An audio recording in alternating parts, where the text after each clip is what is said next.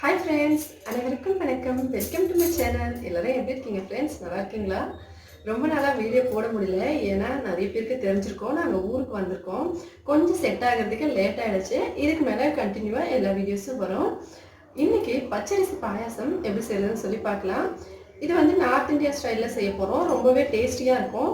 அதுவும் வெல்லம் இல்லாமல் நம்ம இதை செய்ய போகிறோம். வெல்லம் இல்லாமல் செஞ்சாலும் இதோட கலர் வந்து ப்ரௌன் கலரில் இருக்கும். இப்போ வாங்க இது எப்படி செய்யறதுன்னு சொல்லி பார்க்கலாம். அதுக்கு முன்னாடி நம்மளோட இந்த சேனல் நீங்கள் இப்போ தான் ஃபஸ்ட் டைம் பார்க்குறீங்கன்னா மறக்காமல் ப்ளீஸ் ஃப்ரெண்ட்ஸ் சப்ஸ்கிரைப் பண்ணிக்கோங்க. அதோட பக்கத்தில் இருக்க பெல் பட்டனையும் ப்ரெஸ் பண்ணிக்கோங்க. இதனால் நம்மளோட எல்லா வீடியோஸையும் நீங்கள் மிஸ் பண்ணாமல் உடனே பார்க்கலாம். இப்போ வாங்க வீடியோக்குள்ளே போகலாம். முதல்ல அடுப்பு மேலே ஒரு பாத்திரம் வச்சுக்கலாம். அதில் நெய் சேர்த்துக்கலாம். பாயாசனாலே நம்ம வந்து நெய் தான் சேர்ப்போம். நெய் சேர்த்தோம்னா அந்த வாசனை ரொம்ப நல்லாயிருக்கும். நெய் சேர்த்துட்டு கொஞ்சம் நல்லா சூடாகட்டும். அதில் பாதாம் பருப்பு, முந்திரி பருப்பு சேர்க்கலாம்.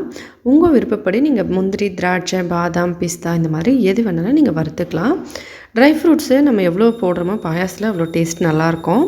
உங்களுக்கு பிடிச்ச மாதிரி விருப்பப்படி நீங்கள் சேர்த்துக்கலாம் எவ்வளோ வேணாலும். நான் இங்கே வந்து இந்த அளவுக்கு சேர்த்துருக்கேன். இப்போ இதை நல்லா வறுத்துட்டு எடுத்துடலாம் வெளியே. எல்லா பாயாசத்துலையும் நம்ம எப்படி செய்வோமோ அதே போல் தான் ட்ரை ஃப்ரூட்ஸ் நம்ம வறுத்து வச்சுக்கிறோம். இது எல்லாத்தையும் வெளியே எடுத்தாச்சு. இப்போ அதே நெய்யில் ஒரு 3 ஸ்பூன் அளவுக்கு சர்க்கரை. இந்த சர்க்கரையை நெய்யில் போட்டு வறுக்கும்போது கொஞ்சம் ப்ரௌன் கலர் ஆகி வரும். அது வர வரைக்கும் நம்ம இதை வறுக்கணும். அதனால தான் இந்த பாயாசத்தோட கலர் வந்து பார்த்திங்கன்னா நம்ம வெல்லம் போடாமலே சர்க்கரையில் செஞ்சாலும் இது ப்ரௌன் கலரில் வரும். இப்போ இந்த கலர் ஆனவுடனே இதில் தண்ணி ஊற்றிடணும்.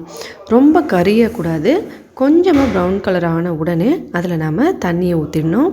தண்ணியை ஊற்றி இந்த மாதிரி பார்த்தோம்னா கொஞ்சம் கட்டின மாதிரி இருக்கும். ஆனால் அது உடனே கரைஞ்சிரும் சூடில். இப்போ எல்லாம் நல்லா கரைஞ்சிருச்சு. இந்த தண்ணியில் ஒரு 2 பிரியாணி இலை சேர்த்துக்கலாம். தேவைப்படி நீங்கள் தண்ணி வச்சுக்கலாம். நான் வந்து ஒரு 1.5 லிட்டர் அளவுக்கு தண்ணி வச்சுருக்கேன். இதில் 2 பிரியாணி இலை சேர்த்தாச்சு. இதை மூடி வச்சு நல்லா கொதிக்க விடலாம். சூடாகட்டும். பச்சரிசி ஒரு 200 கிராம் போல் இங்கே எடுத்து வச்சுருக்கோம்.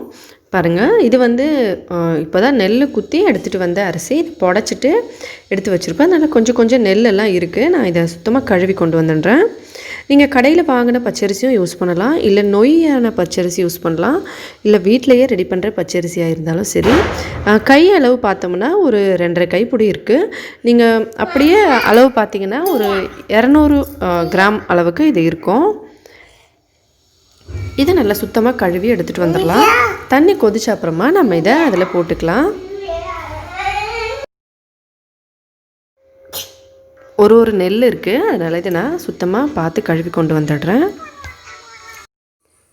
அரிசியை கழுவியாச்சு. இந்த தண்ணி பார்த்திங்கன்னா இந்த மாதிரி நல்லா கொதிக்குது. ஒலை கொதிக்கிற மாதிரி கொதித்த உடனே இதில் நாம் அரிசியை போட்டுறணும். நல்லா சுத்தமாக கழுவி வச்சுக்கலாம். அதில் நெல்லெல்லாம் இருந்தது, அதனால் நான் சுத்தமாக கழுவிட்டேன். இந்த பச்சரிசியை இதுக்குள்ளே சேர்த்துடலாம். இந்த மாதிரி சேர்த்துட்டு இதை நம்ம அப்படியே மூடி போட்டு வேக வைக்க போகிறோம். அரிசி வந்து நல்லா வெந்து கொலன்னு ஆகிற வரைக்கும் நம்ம இதை வேக வைக்க போகிறோம். இதை வந்து நீங்கள் குக்கரில் செஞ்சிங்கன்னா சீக்கிரமாக ஆகிடும். இதே ப்ராசஸ் செஞ்சுட்டு அரிசியை போட்டு குக்கரில் கொலன்னு வேக வச்சுக்கலாம். அப்படியும் செஞ்சுக்கலாம். இல்லைனா இந்த மாதிரி மூடி போட்டு ஸ்லோ ஃப்ளேமில் இதை வேக வைக்கலாம். இப்போ கொஞ்ச நேரத்தில் சாதம் நல்லா வெந்துருச்சு. நீங்கள் குக்கரில் வச்சிங்கன்னா இந்த மாதிரி வச்சு நல்லா வேக வச்ச அப்புறம் சாதத்தை ஒரு 2 விசில் ஸ்லோவான ஃப்ளேமில் வச்சு விட்டுருங்க. நல்லா கொலன்னு வெந்த பிறகு கரண்டியை போட்டு ஒரு கிண்டுனிங்கன்னா கொலன்னு ஆகிடும். இது வந்து நம்ம பாத்திரத்தில் செய்கிறதுனால இந்த மாதிரி இருக்கும். இப்போ இதில் பால், நான் வந்து 1 லிட்டர் பாலை ஏற்கனவே காய்ச்சி வச்சுருந்தேன். அந்த பாலை இது கூட சேர்க்குறேன். சேர்த்துட்டு இதை நாம் நல்லா கொதிக்க வைக்கலாம். பாயாசம் நல்லா கெட்டியாக வேணும்னு நினச்சிங்கன்னா முதல்ல நீங்கள் தண்ணியை வந்து கம்மியாக சேர்த்துட்டு லாஸ்ட்டில் பால் சேர்க்கும்போது அதிகமாக பால் சேர்த்துக்கலாம். கொஞ்சம் தண்ணி மாதிரி வேணும்னா இந்த மாதிரி அளவுலேயே நீங்கள் சேர்த்துக்கலாம். பால் முடிஞ்ச வரைக்கும் கொஞ்சம் எக்ஸ்ட்ராவாக சேருங்க, நல்லா டேஸ்டியாக இருக்கும். ஸ்லோவான ஃப்ளேமில் வச்சு இதை நல்லா இன்னும் கொஞ்சம் நேரம் வேக வைக்கணும். அரிசி வந்து நல்லா கொலமாக ஆகிற வரைக்கும் இதை நம்ம வேக வச்சுருக்கோம். இதில் முந்திரி, திராட்சை இந்த மாதிரி நீங்கள் ட்ரை ஃப்ரூட்ஸ் என்ன வறுத்து வச்சுருந்தாலும் அதை சேர்த்துக்கலாம். இதை எல்லாத்தையும் ஒன்றா சேர்த்துட்டு நல்லா கலந்து விட்டுறலாம். அரிசி வந்து நல்ல கொலமாக எல்லாம் உடஞ்சி போனோம். நம்ம வந்து இப்போ வேக வைக்கும்போது இப்போ குக்கரில் வச்சு வேக வச்சோம்னா உடனே ஆகிடும். இந்த மாதிரி வேக வைக்கும்போது கொஞ்சம் டைம் எடுக்கும். ஆனாலும் அது வெந்து நல்லா கொலன்னு பிரிஞ்சு வர வரைக்கும் வேக வைக்கணும். சாதம் நல்லா கொலன்னு வெந்து மசிஞ்சு வந்த அப்புறமா தான் நம்ம ட்ரை ஃப்ரூட்ஸும் சர்க்கரையும் சேர்க்கணும். சர்க்கரை இனிப்புக்கு ஏற்ற மாதிரி நீங்கள் சேர்த்துக்கலாம். அதுக்கப்புறம் ஒரே ஒரு சிட்டிகை அளவுக்கு உப்பு. எந்த ஸ்வீட் செஞ்சாலும் அதில் ஒரு சிட்டிகை அளவுக்கு நம்ம உப்பு சேர்த்தோம்னா அதோட டேஸ்ட் இன்னும் நல்லா தூக்கி கொடுக்கும். சர்க்கரை வந்து நல்லா சேர்த்துடலாம். இப்போ இதை கரண்டி போட்டு நல்லா கலந்துட்டு கொஞ்சம் நேரம் வேக வைக்கலாம். ஒரு சர்க்கரை கரையை ஒரு 5 நிமிஷம் போல் நம்ம இதை கொதிக்க வைக்க போகிறோம். நல்லா கலந்தாச்சு. 5 நிமிஷம் கொதிக்கட்டும். மறுபடியும் அதே போல் தட்டு போட்டு மூடி வச்சிடலாம். இப்போ பாருங்கள், முதல்ல நம்ம சாதம் எடுக்கும்போது எப்படி தெரிஞ்சுது, ஆனால் இப்போ வந்து பார்த்திங்கன்னா நல்லா அப்படியே ஒன்றா சேர்ந்து தெரியுது. சாதம் வந்து நம்ம முதல்ல தண்ணி ஊற்றி வேக வச்சு காமிக்கும்போது தனித்தனியாக தெரிஞ்சுது இல்லைங்களா? அந்த மாதிரி இல்லாமல் பாயாசம் முழுசாக முடிஞ்ச அப்புறமா எல்லாமே நல்லா குழஞ்சி வரணும். அப்போ தான் பாயாசம் ரெடின்னு அர்த்தம். இப்போ இது நல்லா அந்த மாதிரி வந்துருச்சு. இதில் ஏலக்காய் வந்து நான் ஏற்கனவே நசுக்கி வச்சுருக்கேன். இதை இதோட சேர்த்துடலாம். கடைசியாக சேர்த்து அடுப்பை ஆஃப் பண்ணோம்னா நமக்கு பச்சரிசி பாயாசம் ரெடி ஆகிடும். ரொம்பவே ஸ்பெஷலான பாயாசம்.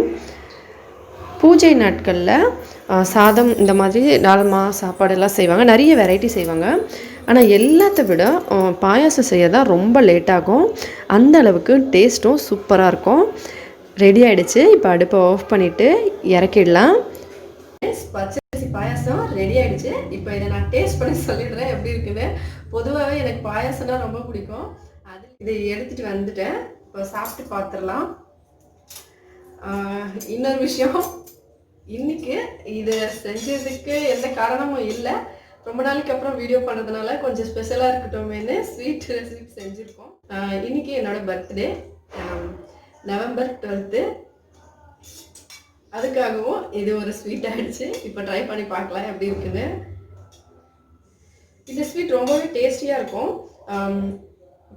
எந்த நல்ல விஷயமா இருந்தாலும் வீட்டில் ஏதாவது சமைக்கிறோம் அப்படின்னா இந்த பாயசம் கண்டிப்பாக செய்வாங்க. ரொம்ப டிசைனிங்காக, அதாவது இந்த கலர் பார்த்தோம்னா நம்ம சர்க்கரை இதெல்லாம் செய்வோம். ஆனாலும் இதோட கலர் வந்து ப்ரௌன் கலரில் இருக்கும். நம்ம வீடியோவில் நீங்கள் பார்த்துருப்பீங்க ஃபர்ஸ்ட்லேயே. பாயாசம் பிடிக்காதுன்னு சொல்கிறவங்க யாருமே இல்லை. ஆனாலும் ரொம்பவே டேஸ்டியாக இருக்குது. நீங்களும் ட்ரை பண்ணி பார்த்துட்டு மறக்காமல் எப்படி இருந்ததுன்னு சொல்லுங்கள். தீபாவளிக்கு ட்ரை பண்ணுங்கள். ரொம்பவே ஸ்பெஷலாக இருக்கும். ட்ரை பண்ணி பார்த்துட்டு மறக்காமல் கமெண்ட்ஸில் எப்படி இருந்ததுன்னு சொல்லுங்கள். இந்த வீடியோ பிடிச்சிருந்தா லைக் பண்ணுங்கள், ஷேர் பண்ணுங்கள். மறக்காமல் நம்ம சேனலை சப்ஸ்கிரைப் பண்ணிக்கோங்க. மேலும் இதே போல் இன்னும் பல புதுவிதமான வீடியோஸ்லாம் பார்க்கறதுக்காக அடுத்த வீடியோவில் பார்க்கலாம். நன்றி, வணக்கம்.